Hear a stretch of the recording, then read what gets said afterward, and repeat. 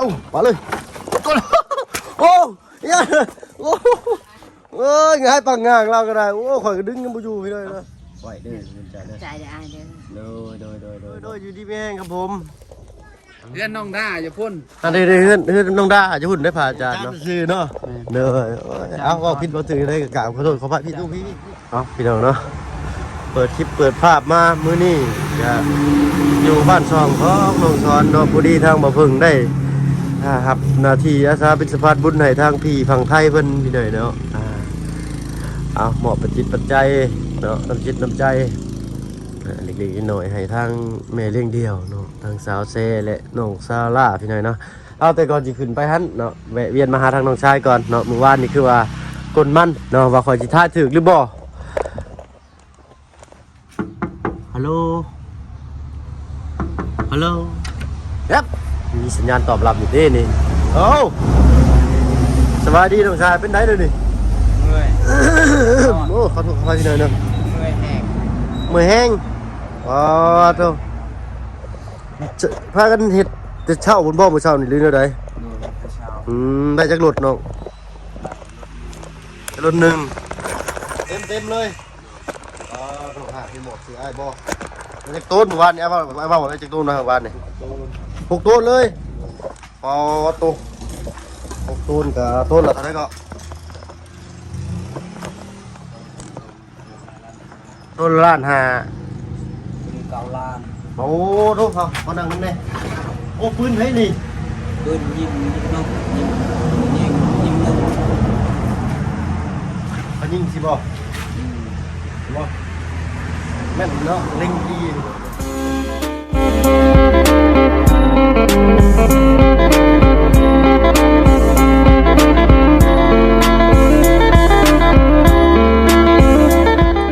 กับสักทายสบายดีเด้อพี่เลยเนาะสุขคนอยากมาครับชมสดยูทูบมาเป็นหลายเก่ามาเช็คกันได้เป็นได้เมื่อยป่ะ เมื่อย ผู้จีบเมื่อยป่ะพี่เลยเนาะปวดมาแล้วแต่ยังเรียกกล้ามเนื้อนี่กินข้าวเลยป่ะ คอยบริกินซ้ำชวนคอยเมา เมาเลยนะ เมาพอดีว่าบ่แม่นลายยาซื้ออาหารการกินซื้อน้ำหวานนะ เมาเดียวเลยกู เงินที่ลูกพ่อฝากให้เมื่อวานนี่ล้านหนึ่งมื้อนี้คอยตื้มเงินคอย500,000ที่ล้านห้า ชื่อของอยู่ของกินในหมู่ไปสวยงั้นนะ โดย เลยเอาไปสำนักนี้เนาะ มื้อนี้ก็ซื้ออีก มื้อนี้แล้วเรียบร้อยไปเลยมันบอกอันนี้ โดย ถึงบ่ได้จะสิไปปลูกป่ะ บ่ยังได้ไปปลูกและยังไปมันมูตอและมูไปเอา จะไปตกแห้งหมู่บ้านนี่ เอาได้ เฮ็ดแล้วของเจ้าของแล้วบ่แม่นสิมานั่งนอนใช้เงินเจ้าของสบายบ่แม่นนะพี่เด้อเนาะ แม่น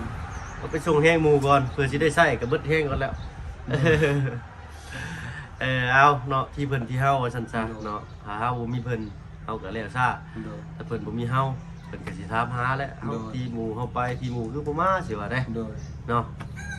เอาหลายคนมีเลยนะทำมาทางน้องสอนน้องเพิ่นบ่เข้าว่างเรียกไปได้ช่วงนี้เนาะห่อนในเนี่ยพี่เด้อเนาะว่าออกจมูกหลายขอโทษขออภัยนำเด้อพี่น้องเด้อเนาะสิไปจังกุ่มนี่เนาะ ตอนนั้นไปเขาให้พักผ่อนหมด นากะเลเนาะไปตอนนี้ก็บ่แห้งแล้วลากสังขารไปบ่ได้เด้เนาะ เอ้าถ้าก็มึกมันเข้าเมื่อวานนี่ก็มื้อนี้ต่อมันเฮาเลยมื้อนี้ เจ็บคอพี่เด้อเนาะห่อนในเด้ใส่ถุงมือก่อนตอนเราสิเดินทางเนี่ยพี่เด้อ มือคนเนาะ มีแล้วมือคนนักสู้ว่าเขาเศร้ากินบ่ มือคนขี้ข้านเลย กี่ขาดไหนมือคนกี่ขาดจีเนนี่ มือคนบ่ได้อาบน้ำ คือมือคนบ่อาบน้ำไอ้เชื่อ นี่ แม่ คนขี้ข้านแล้วบ่ได้อาบน้ คนกี่ขาดอาบน้ำเชื่อเยอะเนาะ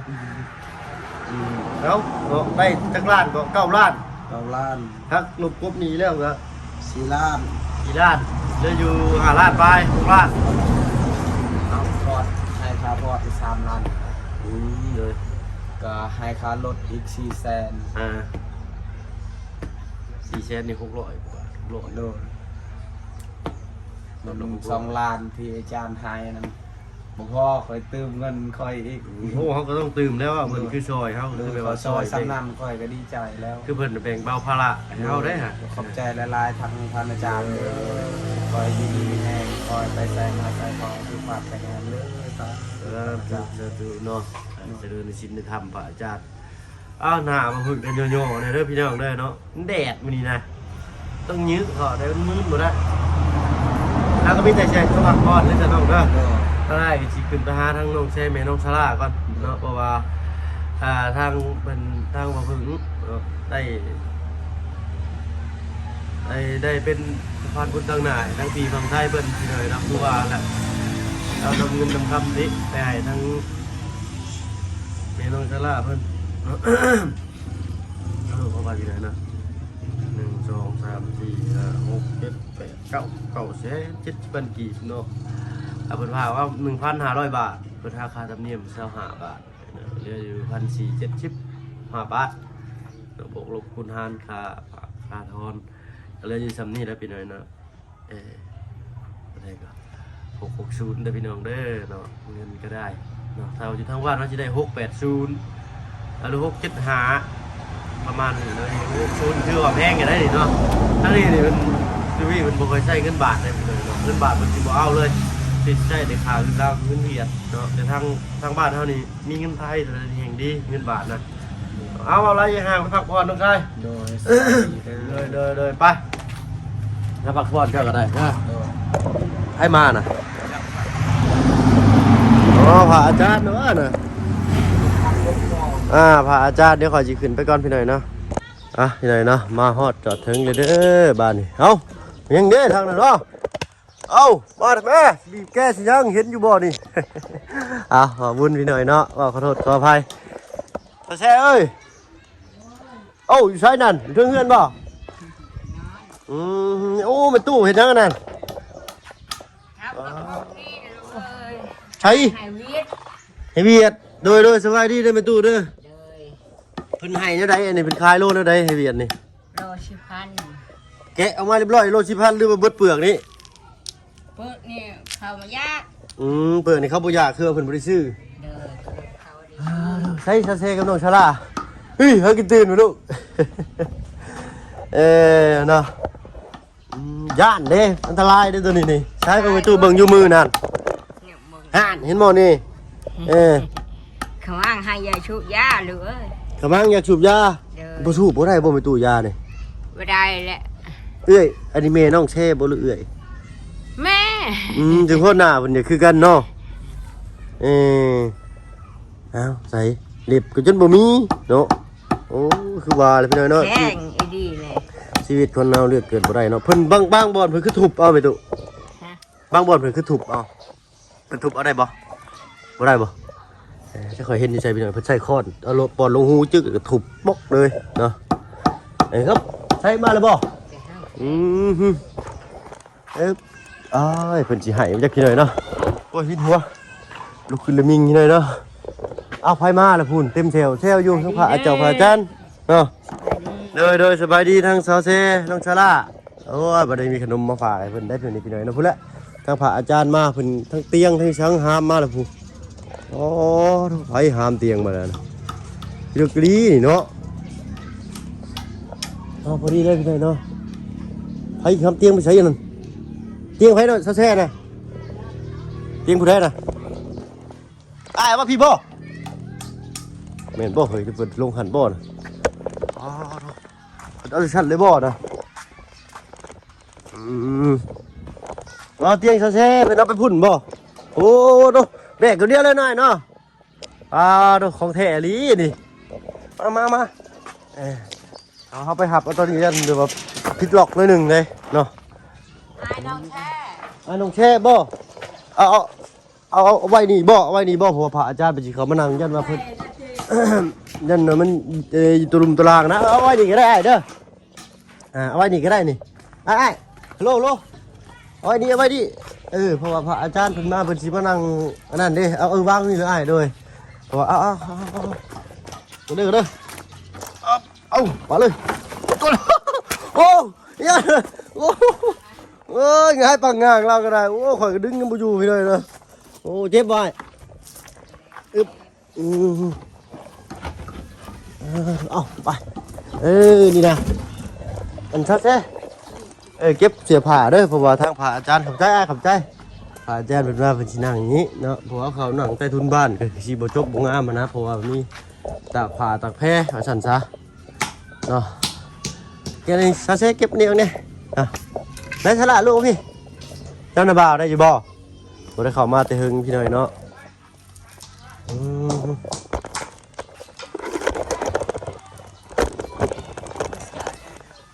พี่หน่อยเนาะ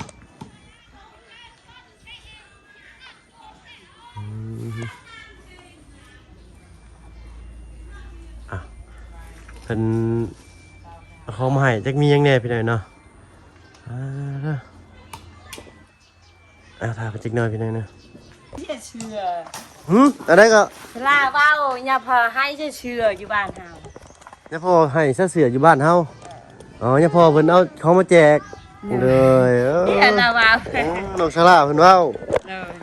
เว้าเป็นภาษาเพิ่นเนาะเฮาความเข้าใจเอาโทรศัพท์ก็บ่ได้ยินเสียงนี่เด้อพี่น้องเนาะได้ยังเนี่ยเด้นี่เนาะใช่บ่ข้าวสารบ่มีหยังเอาเบิ่งอยู่ซักแท้ข้าวสารเด้อพี่น้องเด้อเนาะเต็มถุงเลยเฮ็ดเป็นถุงโลมานะเนาะ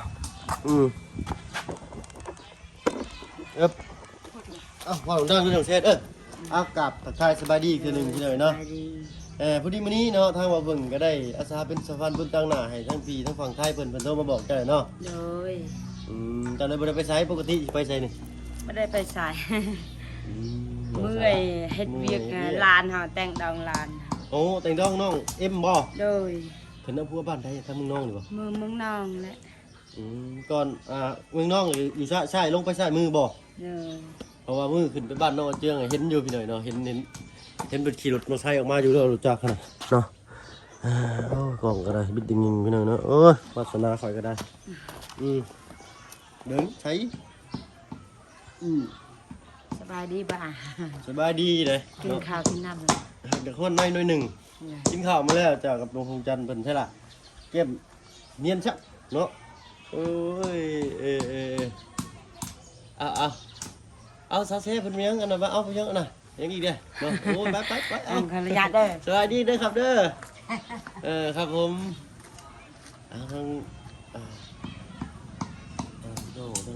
ญาติทางฝั่งไทยหรือว่าลุงทางฝั่งไทยหรือว่าFCทางซาเซ่เนาะที่เบิ่งเพิ่นช่องอะไรพี่น้องเนาะว่าFCไปเป็นทางคารวานพระอาจารย์เพราะว่าเพิ่นมาแจกข่าวของให้เด็กน้อยตามของเฮียนเนาะสิว่าได้แหละทำบ่เพิ่นก็ได้ทางฟ้าเพิ่นมาของเต็มท้ายรถจนแห้งว่าซั่นซะเนาะเอาสิเป็นน้ำพริกบ่หรืออะไรเอาเพิ่นแจกเบิดเลยนะปกติว่าบ้านได้เพิ่นแจกเบิดเลย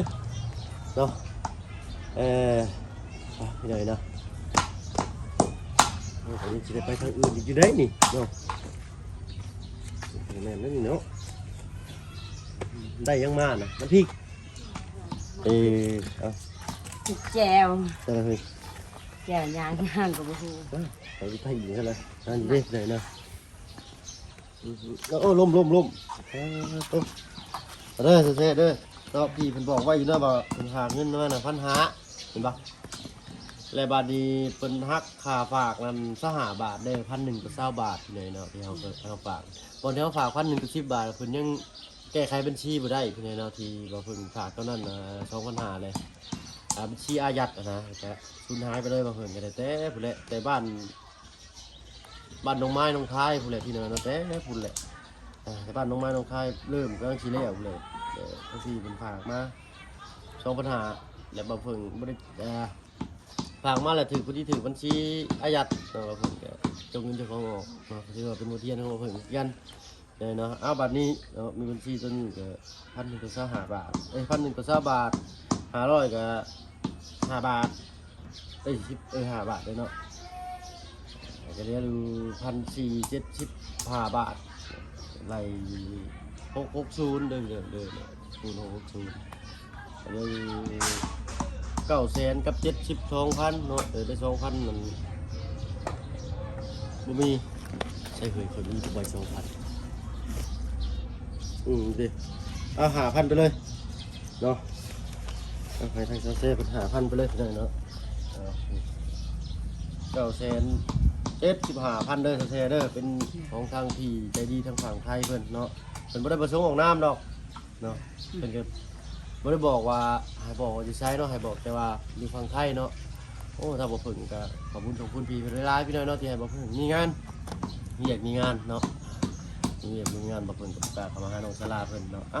ไหวเด้อเงินใจเด้อ ใจได้อายเด้อ โดยเนาะสลาเพิ่นบ่ได้ประสงค์ออกนามพี่น้อยเนาะให้บอกแต่ว่าพี่จะดีทางฝั่งไทยโอ้ผมโทรบอกเพิ่นแล้วเพิ่นเนาะคิดพ่ออยู่บ่คิดออกอยู่บ่คิดออกอยู่บ่ว่าไผจ้ะจะว่าไผจ้ะจะฮู้อยู่บ่ครับบ่บอกก็ได้จะฮู้อยู่เนาะเนาะเอาดีใจนำพี่หน่อยเนาะได้ชื่อข่าวชื่อน้ำได้เข่าเบิดได้บ่ กำลังหมดแล้ว กำลังหมด เนี่ย หน่อยหนึ่งเห็นจ้ะเราดีสักผ้าตลอดตอนนี้เราดิเนาะ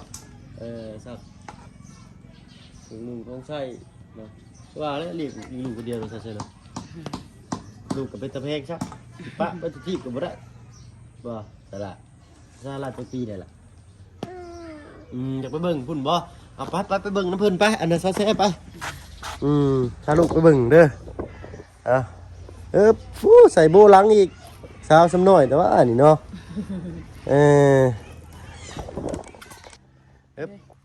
เอาก่อนไปเลยนะไปไหนไปนะ ใจอายเด้อ เลย ลาย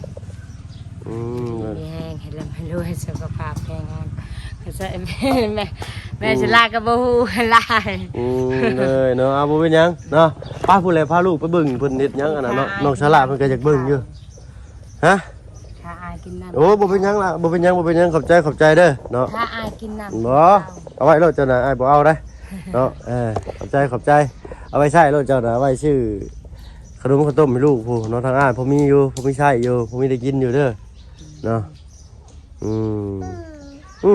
ไปพาเพิ่นไปเบิ่งแน่พุ่นเนาะเพิ่นมาแจกเสื้อเผื่อว่ามีเสื้อให้ทั้งน้องฉลาดเพิ่นจักโตจักใดเนาะลุงพ่อว่าเพิ่นว่าลุงพ่อว่ากินนี่ พอ เนี่ยพ่อบ้านเฮาเยือนเนี่ยพ่อเด้อพี่น้องเด้อเอาไปกันเด้อไปตู้เด้อเนาะบันชวน แม่นช่วย เอากระบอกไปโอ้ยบ่นั้นมันบ่สุกมันบ่แม่นกินพี่นี่เนาะกินได้เท่านั้นเนาะแต่ว่าบ่เพิ่งฮ้อนในมันเจ็บคอเลยฝุ่นชาวบ้านเต็มอยู่มีหยังอันนั้นไปด้วยน้องฉลาดไปเบิ่งบ่อย่าไปน้ำเด้อล่ะวะ เอาพี่น้องไปเบิ่งกันจักนิดหน่อยเนาะทั้งพระอาจารย์เพิ่นมาจากรูปจากองค์มาสันชาจากเพิ่นมาเป็นเจ้าอาวาสวัดใดเราถ้าบ่เพิ่งบ่ได้ฮู้ได้พี่น้อยเนาะว่าเพิ่นมาแต่วัดใดนะก็ต้องเป็นทางบ่บุญอยู่ทางอาจารย์ลาวเพิ่นพุ่นเนาะชาวบ้านเพิ่นก็มาหลายอะไรตุน้องดังด้าอยู่พุ่นบ่ ฮอนด้าบ่เฮือนลักลุ่มพุ่นละตุพุ่นละโอ้หั่นน่ะลงไปได้หั่นได้เนาะโอ้โตเนาะอาจารย์ลาวสบายดีจ้าป้าต้องเพิ่นเฮ็ดหยังกันนั่นน่ะเซลอยู่แจกบ้อง แจกเกี่ยวบ้องโอ้ของแซ่บตัวน่ะเนาะแจกบ้องเกี่ยวบ้องทั้งข้าวโอ้มาพักเมื่อคืนนี่เนาะพักคืนนึงแล้วพี่หน่อยเนาะแม่นพักมื้อแรกนี่คืน2โอ้กราบนมัสการเด้อพระอาจารย์โดยอยู่ดีมีแห้งครับผมเฮือนน้องด้าอยู่พุ่นอันนี้เฮือนน้องด้าจะหุ่นได้พระอาจารย์เนาะโดยเจ้าบ่ครับนี่ย่างลุงนี่เลยต้นมะขามนี่บ้านอีก2หลังนี่นะครับไปให้เพิ่นเลยบ่ไปเอาพี่หน่อยเนาะเพิ่นทั้งหมด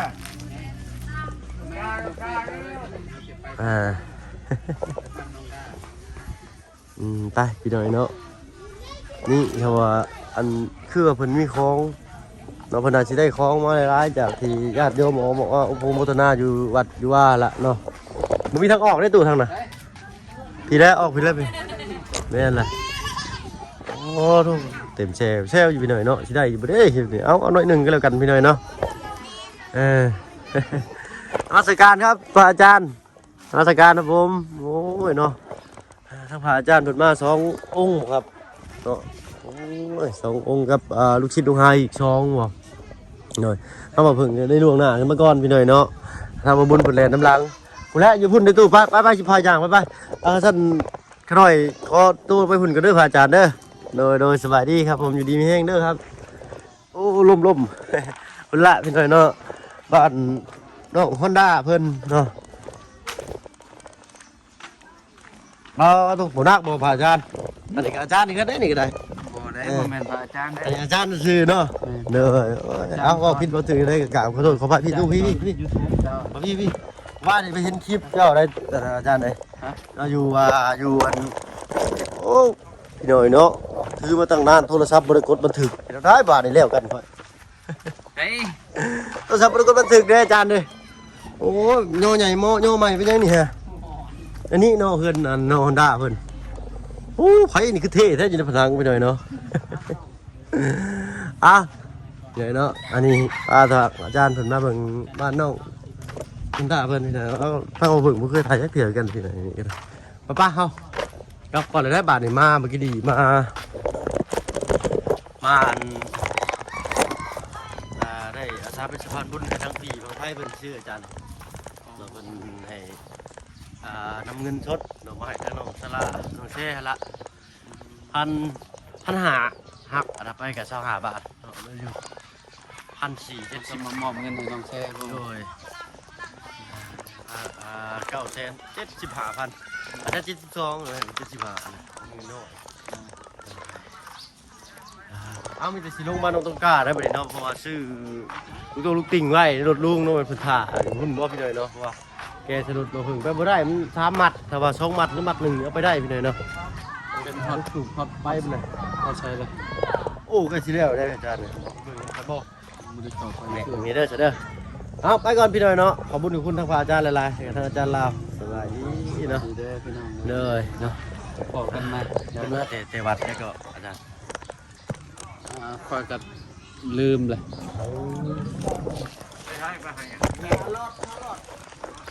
รอดลูกนา